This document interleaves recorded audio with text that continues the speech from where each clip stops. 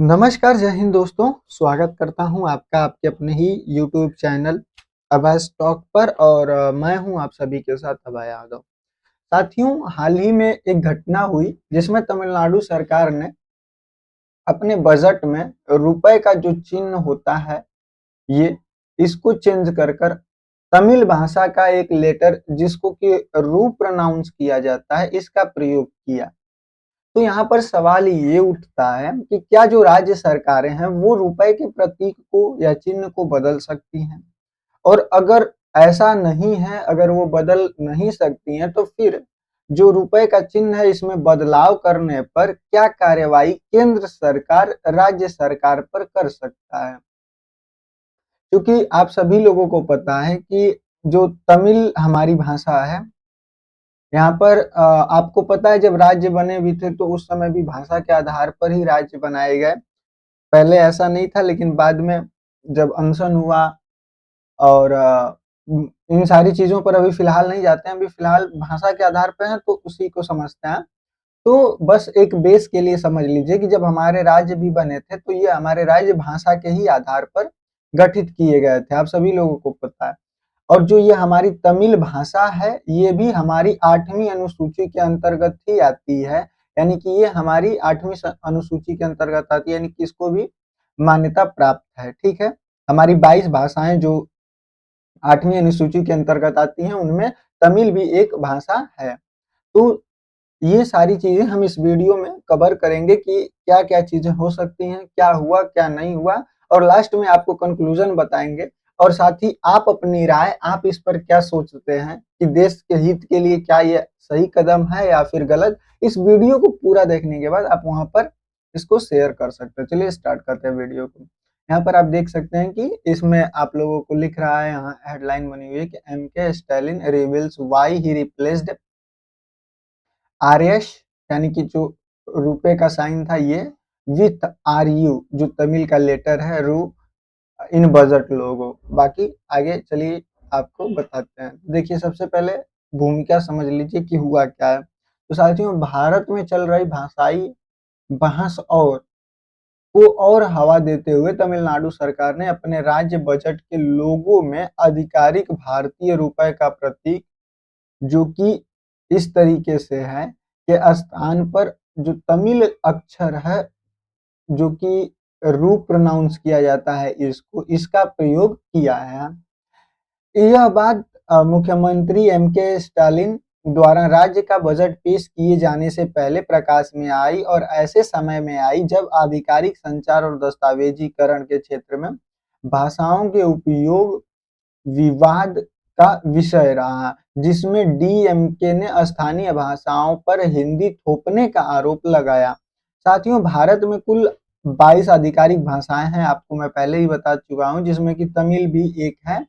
लेकिन मानक भाषा के रूप में आईएनआर मुद्रा में केवल एक प्रतीक है जो देवनागरी अक्षर आर, जिसको कि आरा रीड किया जाता है, पढ़ा जाता है, जो कि रोमन अक्षर र से प्रेरित है, यानी कि ये र और आर और र दोनों से मिलकर ये बना हुआ है।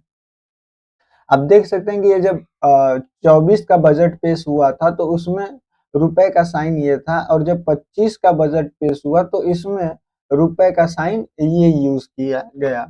साथियों, स्टालिन जो 14 मार्च को वित्त वर्ष 2026 के लिए राज्य का बजट पेश किया, इन्होंने अपने एक्स हैंडल यानी कि ट्विटर पर एक वीडियो पोस्ट किया जिसमें दस्तावेज का लोगो दिखाया गया था, जिसमें लिखा था तमिलनाडु बजट 2025-26 सबके लिए सब कुछ। इसमें भी मानक रुपए के प्रतीक के स्थान पर इस रू का प्रयोग किया गया था, और इसका उपयोग हुआ था, जो कि राज्य के 2024 के लोगों के विपरीत था। 2024 में इसका उपयोग किया गया था और 2025 वाला जो अब बजट पेश हुआ उसमें इसका उपयोग किया गया है। साथियों, ये उनके हैंडल पर ये वीडियो पड़ा हुआ था। बाकी डीएमके नेता सर्वनन अन्नादुराई ने कहा कि हमने रुपए के लिए तमिल शब्द रखा है, यह कोई टकराव नहीं है, इसमें सब कुछ जो है इसमें कुछ भी जो है वो अवैध नहीं है, हम तमिल को प्राथमिकता देंगे, यही कारण है कि सरकार ने इसे आगे बढ़ाया है। इनका जो है डिफेंस में कहना था इसके लिए। उन्होंने कहा कि मैंने उनसे तमिल को सही तरीके से बढ़ावा देने के लिए कहा है। तमिलनाडु शिक्षा के क्षेत्र में लगातार अच्छा प्रदर्शन कर रहा है। लोग यह उत्तर भारत की ओर नहीं जा रहे हैं, वे अमेरिका और ब्रिटेन जा रहे हैं।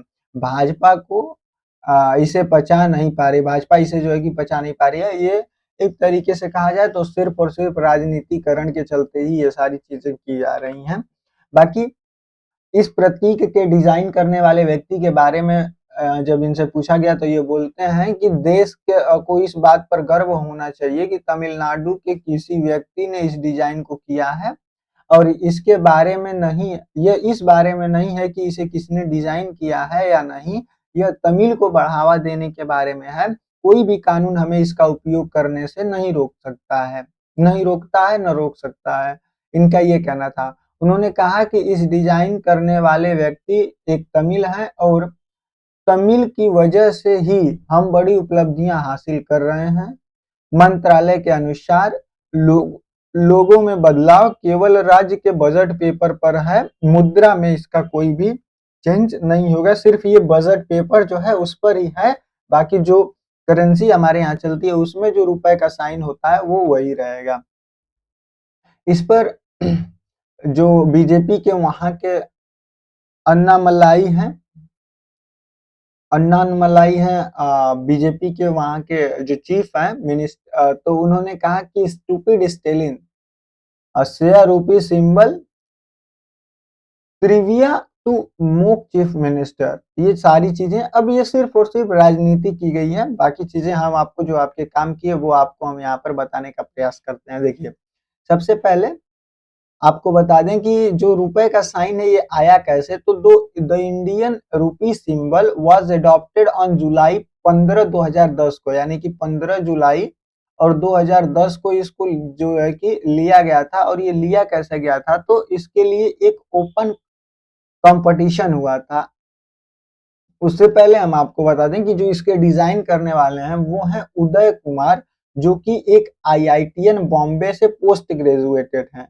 जिसका जो इसको डिजाइन किया है उनका नाम उदय कुमार है और वो आईआईटी बॉम्बे से पोस्ट ग्रेजुएटेड है। साथियों, इसको चूज करने के लिए इस सिंबल को एक ओपन कंपटीशन रखा गया था, जो पूरे देश के सिटीजनशिप के बीच में था, यानी कि जो जितने भी नागरिक हैं सब लोग अपना आप साइन लेकर जा सकते थे। उनमें से जो अच्छा लगा उसको यहाँ पर एडॉप्ट कर लिया गया। बाकी बढ़ते हैं आगे। साथियों, जो डीएमके सरकार है वो भाषा युद्ध को आगे बढ़ाना चाहती है। ये उनका बयान है, जो बीजेपी के लीडर हैं। मैं इन छद्म नकली तमिलों की तरह नहीं हूँ, मुझे तमिल भाषा और तमिलनाडु से प्यार है। अन्नामलाई ने कहा कि उन्होंने तमिल का एकमात्र संरक्षक होने का क्या अधिकार है। ये बात एक तरीके से सही है। ये जो अन्नामलाई है मेरे हिसाब से, बाकी आपकी अपनी क्या राय है आप कमेंट में बता सकते हैं। इनका ये कहना है कि आप आपको कौन ये जो है कि दे के गया है अधिकार कि सिर्फ आप ही एकमात्र जो हैं वो तमिल की संरक्षक हैं या तमिल भाषा के संरक्षक हैं। हम भी लोग तमिल हैं, हम भी लोग तमिल को सुरक्षित रखना चाहते हैं, तमिल भाषा को। तो ये इन लोगों का बयान था। बाकी इस पर जो वहां के चीफ मिनिस्टर हैं एम.के. स्टालिन, इन्होंने एक और बयान दिया जिसमें इन्होंने कहा कि won't accept education policy even with centre offers 10 crore rupees, यानी कि इन्होंने कहा कि हम 10 करोड़ रुपए भी अगर सेंटर हमको देगा तब भी 10,000 करोड़ रुपए भी अगर हमको सेंटर देगा तब भी हम जो नई एजुकेशन पॉलिसी है हम उसको नहीं अपनाएंगे। ऐसा इन्होंने क्यों कहा, तो साथियों, केंद्र और राज्य के बीच नवीनतम विवाद तब शुरू हुआ जब शिक्षा मंत्री धर्मेंद्र प्रधान ने दावा किया कि तमिलनाडु संविधान के खिलाफ जा रहा है। जब तक राज्य में एनईपी न्यू एजुकेशन पॉलिसी को लागू नहीं करता, केंद्र समग्र शिक्षा अभियान के तहत इसे धन आवंटित नहीं करेगा। एम.के. स्टालिन के अनुसार न्यू एजुकेशन पॉलिसी के कार्यान्वयन में तमिलनाडु 2000 साल पीछे चला जाएगा। यानी कि इनका कहना है कि अगर हम लोग न्यू शिक्षा जो न्यू एजुकेशन पॉलिसी इसको अपनाते हैं तो हम लोग करीबन 2000 साल पीछे चले जाएंगे। इस पर केंद्र का कहना है कि अगर तमिलनाडु नई शिक्षा नीति को लागू करता है तो उसे 2000 करोड़ रुपए मिलेंगे। और मैं कहना चाहता हूं कि अगर केंद्र 10,000 करोड़ रुपए की भी पेशकश करता है तो हम न्यू एजुकेशन पॉलिसी पर सहमत नहीं होंगे।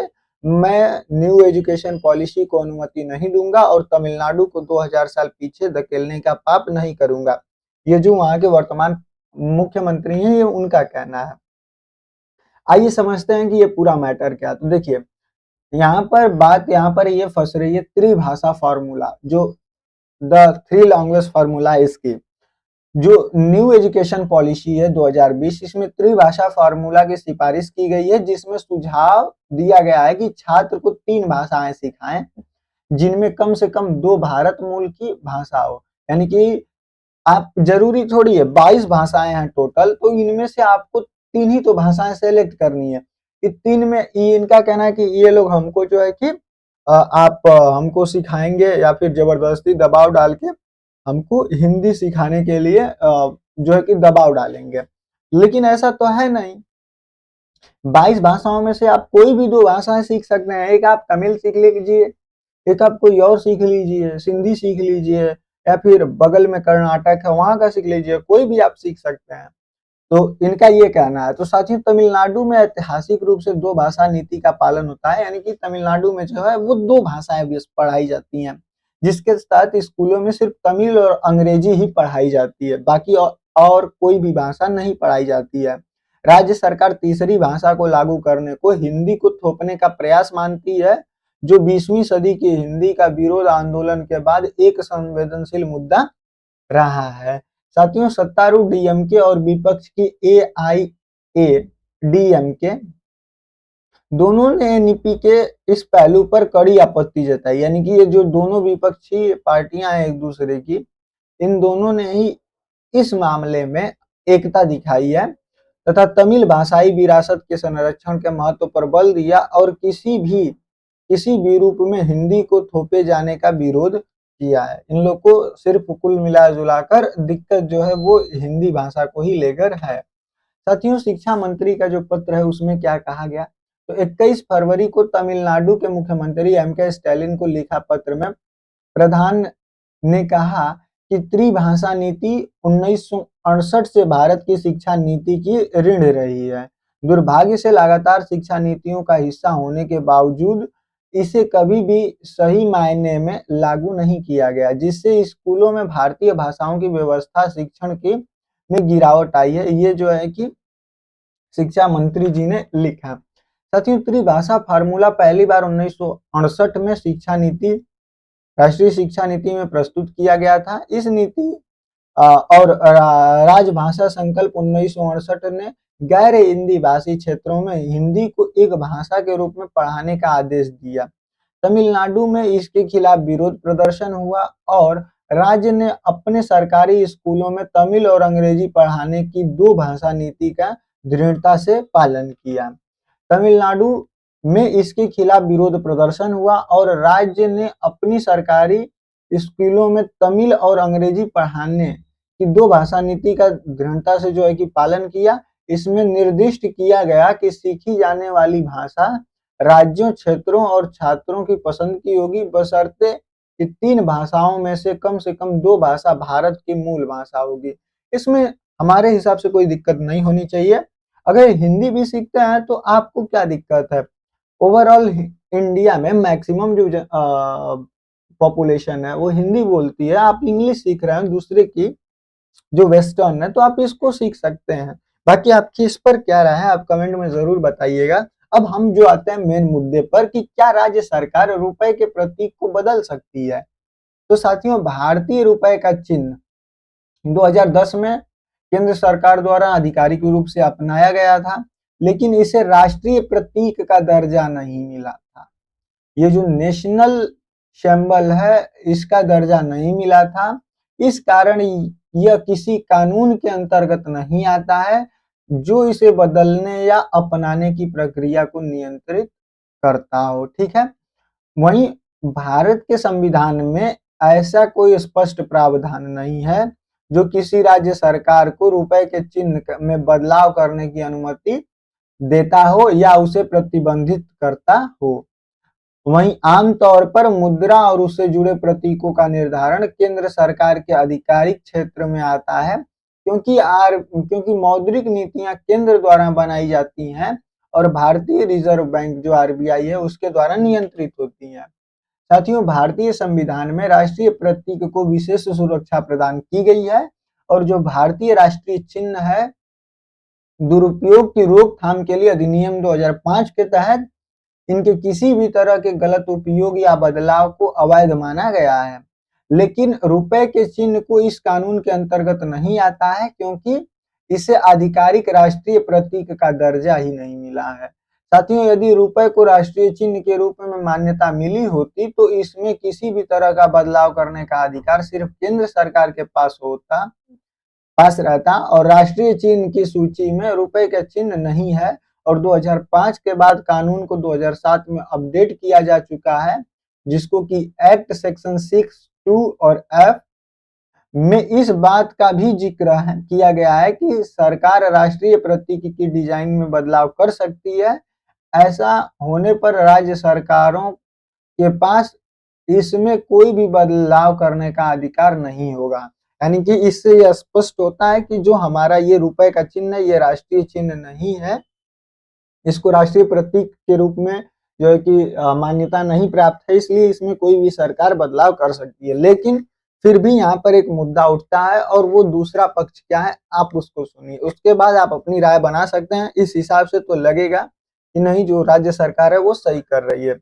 अब बात करते हैं कि रुपए के चिन्ह में जो बदलाव है, इस पर बदलाव करने पर जो करने वाली संभावित कार्यवाहियां हैं वो क्या है। तो साथियों, रुपए के चिन्ह राष्ट्रीय प्रतीक नेशनल एम्बल है नहीं है, इसलिए इसके प्रतीक में परिवर्तन से किसी विशेष कानूनी धारा का तो उल्लंघन नहीं का दावा तो नहीं करना आसान नहीं होगा, लेकिन कुछ कानूनी प्रावधानों के तहत इसे चुनौती दी जा सकती है।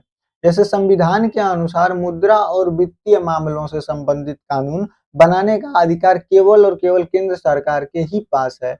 7वीं अनुसूची जिसमें कि संघ की सूची है, यूनियन लिस्ट, उसमें मुद्रा जो कि एंट्री 36 और भारतीय रिजर्व बैंक एंट्री 38 का उल्लेख है, जिससे स्पष्ट होता है कि राज्य सरकार को मुद्रा उसके प्रतीक में बदलाव करने का कोई अधिकार नहीं है। यदि केंद्र सरकार चाहे तो राज्य सरकार के इस निर्णय को असंवैधानिक बता सकती है, यानी कि इसको असंवैधानिक घोषित कर सकती है। वहीं भारतीय मुद्रा अधिनियम 1906 में भारतीय रिजर्व बैंक अधिनियम 1934 भारतीय मुद्रा के प्रामाणिकता और डिजाइन को नियंत्रित करते हैं। रुपए का चिन्ह केंद्र सरकार द्वारा अधिसूचित किया गया था और यदि राज्य सरकार इसे बदलने का प्रयास करती है तो इसे अधिनियमों का उल्लंघन के रूप में भी देखा जा सकता है।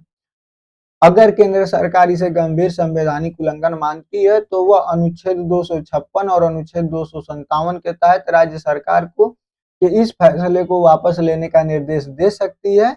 अगर राज्य सरकार इसका पालन नहीं करती है तो राष्ट्रपति शासन अनुच्छेद 356 लगाने तक की सिफारिश हो सकती है, लेकिन इसे केवल गंभीर संवैधानिक संकट की स्थिति में ही अपनाया जा सकता है। साथियों, केंद्र सरकार राज्य को विभिन्न योजनाओं और बजट के तहत सहायता प्रदान करती है और यह सहायता संविधान के अनुच्छेद 282 के तहत दी जाती है। यदि राज्य सरकार किसी विवादास्पद निर्णय पर कायम रहती है तो केंद्र सरकार वित्तीय सहायता या अनुदान में कटौती करके इसे वापस लेने को कह सकती है। तो ये कुल मिलाकर जो भी कंक्लूजन था वो ये था, आपको हमने बता दिया कि क्या सही है संविधान के हिसाब से और क्या किया जा सकता है इसके हिसाब से।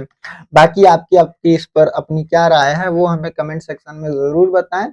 बाकी चैनल पर नया है तो चैनल को सब्सक्राइब करके हमें मोटिवेट करने का काम अवश्य करें। बाकी मिलते हैं अगले वीडियो में, तब तक के लिए जय हिंद, जय भारत।